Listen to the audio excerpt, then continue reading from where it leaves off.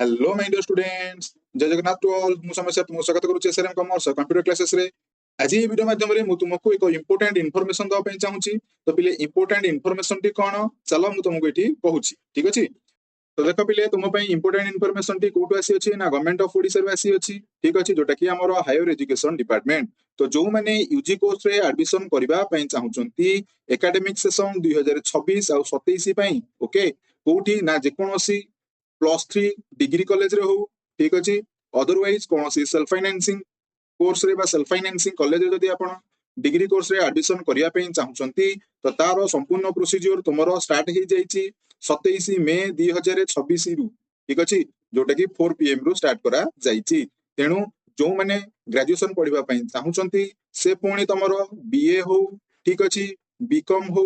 ता सहित बीएससी हो तो सेमाने तांकर ऑनलाइन आवेदन प्रक्रिया जेतु आरंभ हो जाईची 27 मे रु तेणु आपण माने आपणकर आवेदन करि परिबे तो ये आवेदन प्रक्रिया टी 27 मे रु स्टार्ट हो जाईची तो एटा चालू रहिबो मींस यार लास्ट डेट होची कोन ना 10 जून 2026 राती 11:45 बा 12टा पर्यंत एटा चालू रहिबो तेणु जो माने अप्लाई करिया पे चाहउचंती तो सेमाने सीधा सळक साम्स पोर्टल को जांतु साम्स पोर्टल को जाईकी ठीक अछि एटी तार लॉगिन दिया मध्ये जाईची ठीक अछि आपण को गूगल होम पेज रे कोन करिवे ना samsodisha.gov.in टाइप करिवे तो टाइप कला परे साम्स पोर्टल खोली जिवो तो साम्स पोर्टल खोलिला परे जो जगह रे +3 एडमिशन लिखा जाईची सेटी क्लिक करी आपण आपनकर आवेदन करि परिबे ठीक अछि तेणु आवेदन रो लास्ट आपण को कहि रखिली कि 10 जून होची एटा लास्ट डेट 10 जून 2026 ओके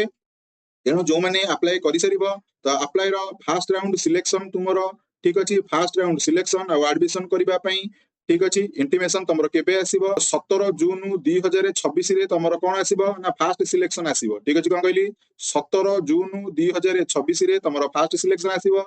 2टा पीएम रे ठीक अछि माने दीपर टाइम रे आसीबो तेणु तुमे माने ठीक अछि जे माने हायर कॉलेज रो ऑप्शन देइथिबे जदि ताकर फर्स्ट सिलेक्शन रे आसी नाही ताहाले से माने ताको स्लाइड को फ्लोटिंग ओके बा स्लाइड ऑफ ऑप्शन यूज करि परिबे तेणु यूज करिबा पय हेले फर्स्ट जो जगह रे तो आपन को सिलेक्टेड हेची से जगह रे आपन को आपन पेमेंट करी सीट को कंफर्म करिया पय पड़िबो तेणु सेटा 17 जून 3 पीएम रु स्टार्ट करा दिबो 20 जून 2026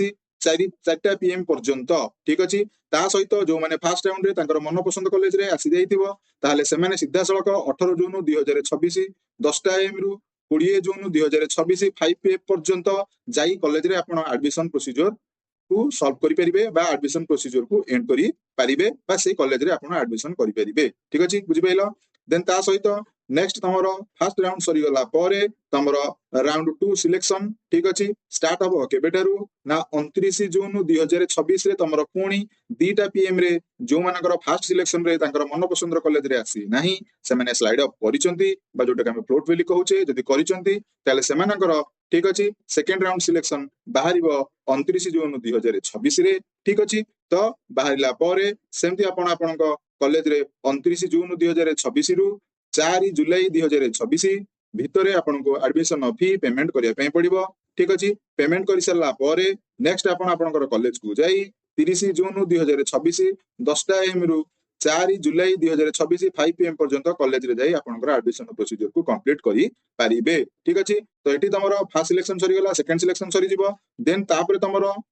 राउंड 3 सिलेक्शन बा जोटा कि तमरो वेटिंग बा स्पॉट सिलेक्शन स्टार्ट करा जिवो ओके जोटा कि तमरो 8 जुलाई 2026 रु स्टार्ट हबो केते पर्यंत ना 10 जुलाई 2026 पर्यंत ठीक अछि तो एमती स्पॉट एडमिशन सरी गला परे ठीक अछि तमरो कंप्लीट एडमिशन जते बेले सरी जिवो 18 जुलाई 2026 रु 20 जुलाई 2026 भितरे संपूर्ण एडमिशन प्रोसीजर सरी गला परे तुमको तुमरो क्लास रो अलॉटमेंट मिलि जिवो 9 जुलाई 2026 रे ठीक अछि ता माने 9 जुलाई 2026 रे तमे फर्स्ट ईयर क्लास करि पारि बो ओके बा तम कॉलेज रे क्लास स्टार्ट हेई जिवो ओके तेणु जो मानकर ठीक अछि फर्स्ट सिलेक्शन सेकंड सिलेक्शन रे हैला नाही तो से माने तांकर स्पॉट रे एडमिशन करि परिबे आ जो माने ठीक अछि +2 परीक्षा रे तांकर एग्जाम देई चंती बट फेल हे जाय चंती बा सप्लीमेंटरी दउ चंती बा इंस्टेंट दउ चंती तो सेमानकर सेकंड पेज जेबे स्टार्ट करा दिबो ठीक अछि सेबे नोटिस आसिले मु तुमको एई चैनल माध्यम रे कहिनेबी जे केबे तांकर स्टार्ट करा जिवो जेतबेले फॉर्म पकुछ तो फॉर्म पकेबा टाइम रे जदि किछि असुविधा होउची ताले तमे तमरो हेल्पलाइन नंबर 155355 को कॉल करि परिबो ता सहित 1800345677 को कॉल करी तुम तुम थिंग बुझी पारिबो ओके तेणु वीडियो आपको केमती लगुच निश्चित मत लाइक कमेंट ठीक अच्छे सहित शेयर करी कहिबे जदि आम चैनल रे एही परी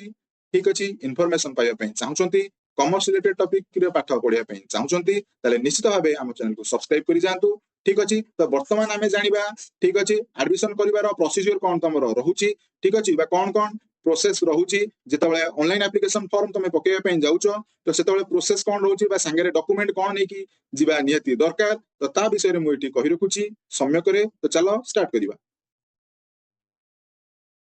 तो देख पिला माने तमरो डॉक्यूमेंट कोन दरकार अछि +3 फॉर्म पकेइबा पई ठीक अछि तो संगरे तमे जेउ कैफे को जाउचो तमरो एप्लीकेशन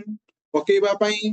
ठीक अछि +3 एडमिशन पर्पस रे तो तमे संगरे नै कि जिबा दरकार तमरो गोटे मोबाइल जोटा कि ठीक अछि तमरो मोबाइल नंबर हेताउ बा अदर तमरो जे कोनसी गार्डियन रो मोबाइल नंबर हेताउ ठीक अछि तो ता द्वारा रजिस्टर करिया पे पड़िबो तो सेति पे तमरो एक मोबाइल नंबर रो सहाय्य दरकार पड़िबो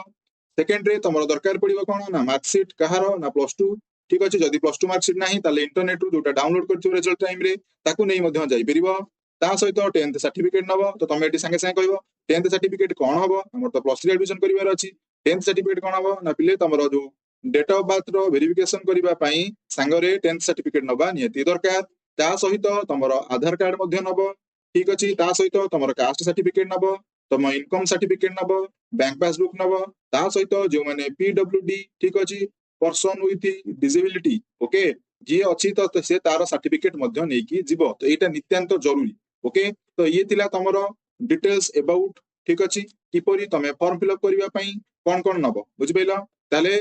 आशा करू समस्तंकर बुझी हेतिबो ऑनलाइन एप्लीकेशन पकेया पई हेले डॉक्यूमेंट कोन कोन रिक्वायरमेंट ठीक अछि